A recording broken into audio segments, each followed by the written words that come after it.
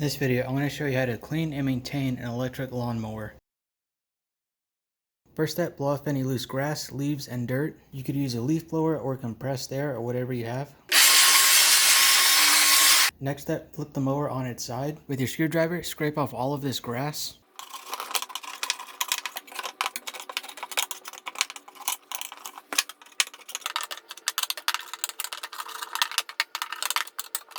I'm going to pull the rear flap open and push all the grass out of it.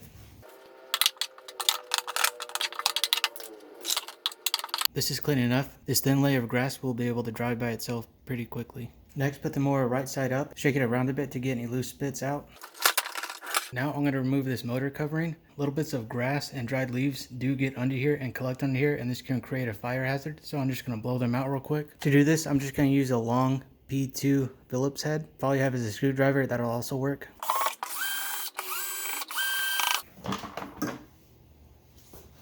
This is where the dried bits can collect. There's an opening right here directly to the coils. So I guess theoretically this could get up inside here and catch fire. But I clean this out every season just in case. This does build up fairly quickly, so if you're cutting a bunch of leaves, you might need to do it more often. All I'm going to do is get the leaf blower like before and just blow it off. Now I'm going to put the motor cover back on exactly like I removed it. Now I'm going to flip the mower back on its side. I'm going to inspect the blade to see how sharp it is. If there are a bunch of nicks right here, or it doesn't feel sharp at all, you will need to remove it. To remove the bolt, you will need to secure the blade somehow. I just have a short piece of wood I'm going to stick right here. It's going to touch the blade, and the other edge is going to jam right here on this flat edge. I'm going to get a wrench or a socket or whatever you have. This uses a 15mm socket. I'm going to use that. You could also use an adjustable wrench. Hold the block in place. This is normal righty-tighty, lefty-loosey, so I'm going to go counterclockwise to loosen it. There wasn't much torque on it at all. Don't lose this. Then I'm going to remove this large washer piece. Looks like it could sit on there either way, like this or like this. This is just indented from the nut crushing it. Remove the plastic washer. This definitely locks the blade in place.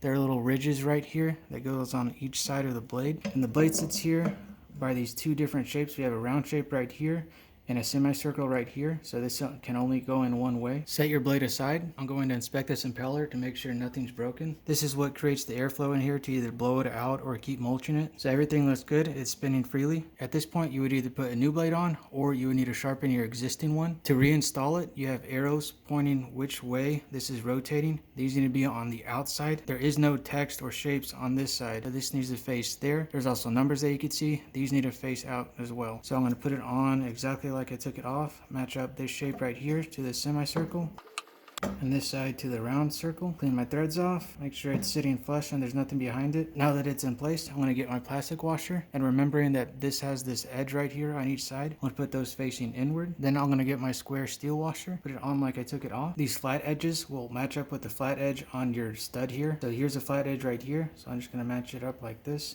I'm going to rotate this if I need to make it fit.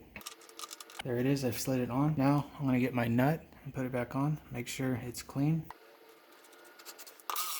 For tightening the nut, there is not a torque spec in the manual for some reason, but I'm going to assume that this is roughly a grade 2 bolt. It's a weaker material and I don't want to strip the threads, so I'm only going to set my torque wrench to around 11 foot-pounds. Again, it's going to slide to the opposite way, so the block of wood will slide upwards and wedge right here. If you're using a small wrench, this will feel fairly tight. If you have a big wrench like this, you don't want to overdo it because you might be putting more torque than you think you are, and you could strip these threads out. So if you're using a wrench, keep your hand close to the bolt. You don't want to be way out here or to be putting too much. So I'm only going to do right here. This is barely above hand tight. Again, when I took it off, it was barely above hand tight, so I'm not too worried about it. This should be okay. Once you've tightened it, move your blade back and forth, see if there's any play anywhere. Pushing in and out like this.